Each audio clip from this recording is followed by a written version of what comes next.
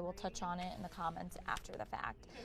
We've had a fairly soggy weekend. You know, we've had some showers. Thankfully, most of it was overnight, Saturday night into early Sunday morning. But now as we're heading into Sunday night, we're watching for our second round of rain. A couple big changes coming as we head into the work week. One, we're heading in November. Two, we are going to see a brief cold spell, and with that comes some cold weather alerts starting tomorrow night. So first off, let's back things up. Today we hit 55, so it was cooler than it was yesterday and a couple degrees below average, but nothing crazy. But we are on this downward trend of temperatures. So we'll look at the timing of when we hit this. It was, you know, earlier in the afternoon. We had a cold front sweep through yesterday, which dropped our temperatures in the afternoon on Saturday. Now again, we will see another cold front sweep through, and as that does, it's going to drag us into the 40s for our highs. Our overnight lows are going to be below freezing in some cases. Now, as I said, over the last 24 hours, we have, of course, had rain, but thankfully the bulk of it was overnight. And if you were up early Sunday morning, you likely ran into it as well. Most places only got about a quarter to a half an inch. Some localized areas saw some higher totals, around an inch or so.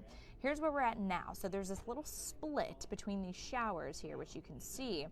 Hang on, let me see if I can pull up a pointer here and kind of point this out.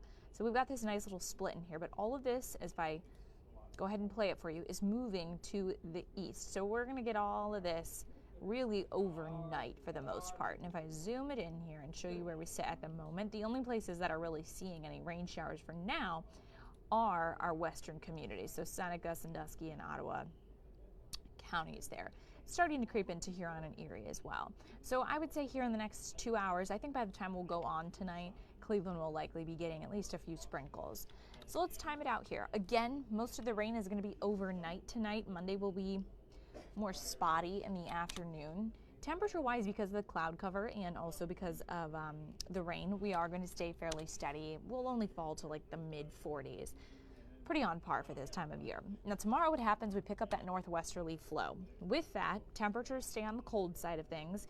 Definitely want to layer up, have a jacket ready to go, and in some instances you might run into a shower. I don't think it's, you know, dragging around the umbrella worthy, but just know that the windshield wipers on both to and from work are going to be a possibility. And then as we head into Tuesday, things kind of bottom out. Temperature-wise, you're going to be waking up on Halloween anywhere from about 26 to 33 degrees, so right around freezing. And the reason for it getting so cold partially is you see the clouds clear out on Tuesday morning. And then in the afternoon, we really struggle as well. But we do start to pull a southwesterly flow in there, which eventually will warm us up as we head into Thursday and Friday. So we're going to spend a couple days below average when it comes to temperatures, well below average. So that means if you're trick-or-treating Tuesday, bundle the kids up. Here we have a freeze watch that goes Monday night into early Tuesday morning because of those cold temperatures. That just means, you know, I can't imagine too many people have a lot of vegetation outside that is sensitive to the cold, but also just, you know, pipes and things like that.